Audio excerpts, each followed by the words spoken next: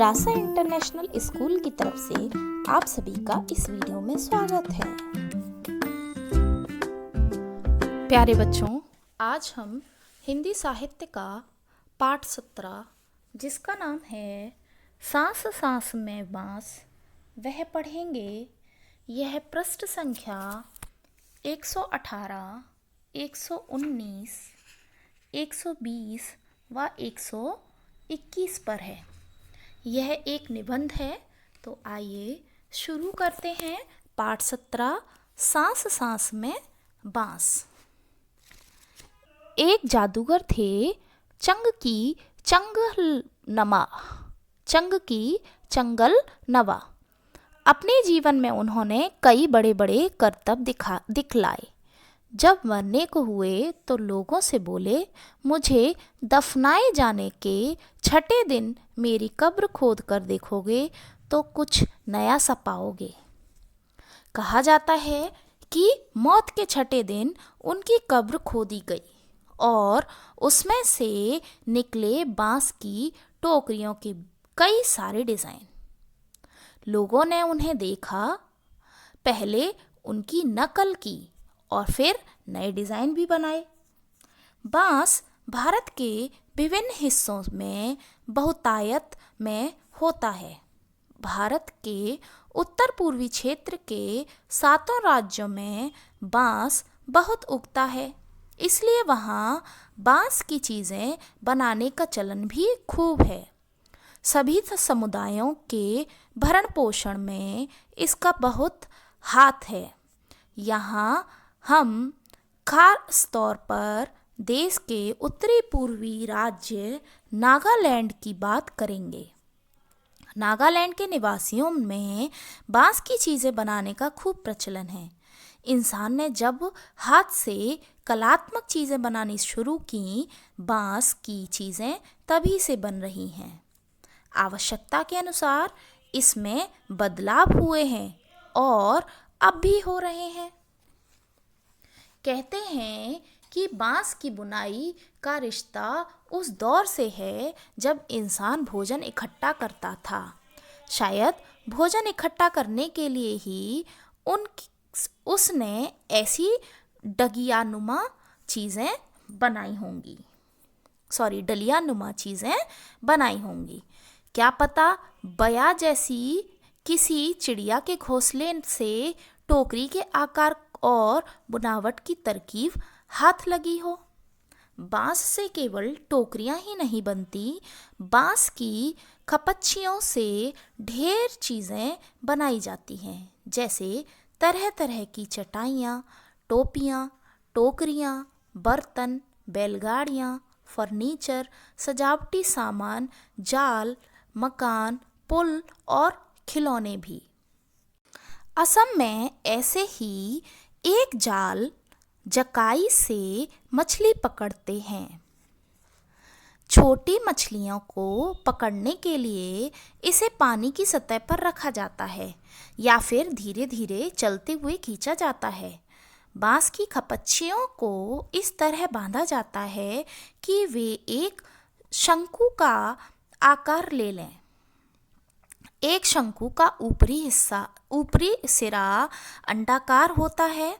निचले नुकीले सिरे पर खपच्चियाँ एक दूसरे में गुथी हुई होती हैं। खपच्चियों से तरह तरह की टोपियाँ भी बनाई जाती हैं। असम के चाय बागानों के चित्रों में तुम्हें लोग ऐसी टोपियाँ पहने दिख जाएंगे, और हाँ, उनकी पीठ पर टंगी बांस की बड़ी सी टोकरी देखना ना भूलना। यहाँ बांस से जो मेरा रिश्ता है वह पढ़ते हैं। बांस का यह झुरमुट मुझे अमीर बना देता है। इससे मैं अपना घर बना सकता हूँ।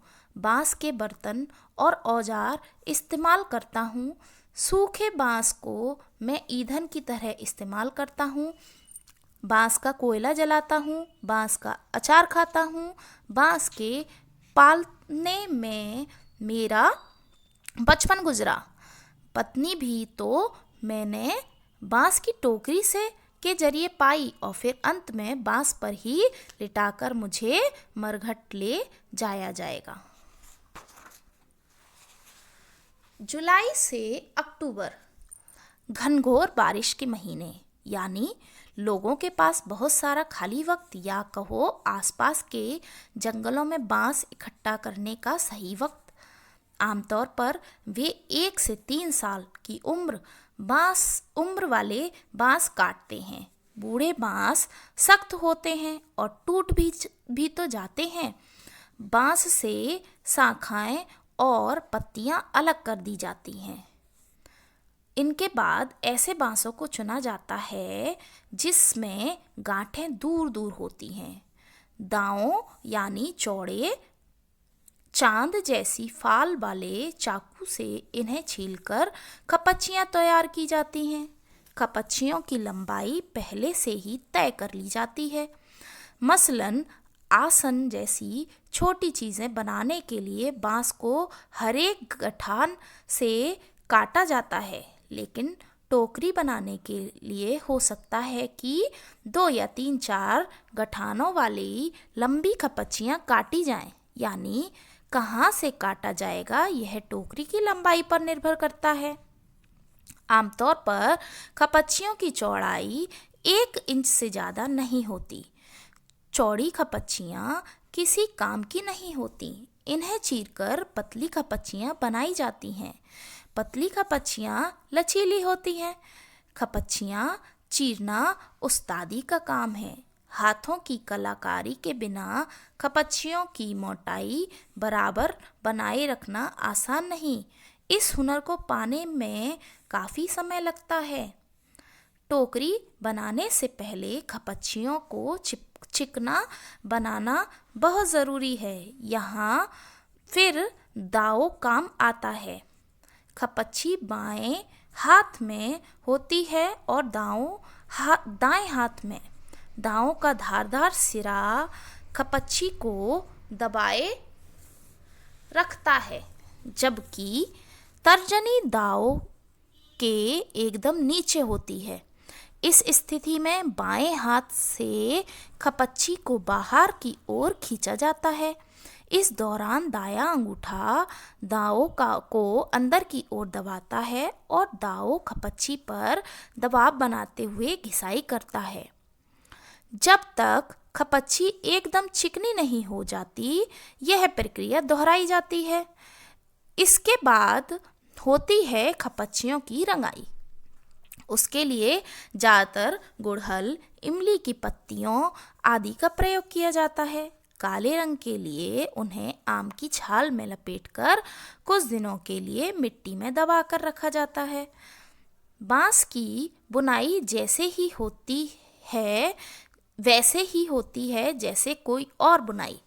पहले खपच्चियों को चित्र में दिखाए गए तरीके से आड़ा तिरछा रखा जाता है। फिर बाने को बारी बारी से ताने के ऊपर नीचे किया जाता है। इससे चेक का डिज़ाइन बनता है। पलंग की निवाड़ की बुनाई की तरह ट्विल बुनना हो तो हर एक बाना को 2 या 3 तानों के ऊपर और नीचे से जाता है। इससे कई सारे डिज़ाइन बनाए जा सकते हैं। टोकरी के सिरे पर खपच्चियों को या तो चोटी की तरह गूंथ लिया जाता है या फिर कटे सिरों को नीचे की ओर मोड़कर फंसा दिया जाता है और हमारी टोकरी तैयार। चाहो तो बेचो या फिर घर पर ही काम में ले लो। तो यह किसने लिखी है? यह निबंध जो है वह लिखा है एलेक्स एम जॉर्ज ने, और इसका अनुवाद किया है वह किसने किया है? शशि सवलोक ने। तो आज हमने क्या पढ़ा? आज हमने पाठ 17 सांप सांप में बास पाठ की रीडिंग की। तो अब हम नेक्स्ट वीडियो में नेक्स्ट टॉपिक कवर करेंगे।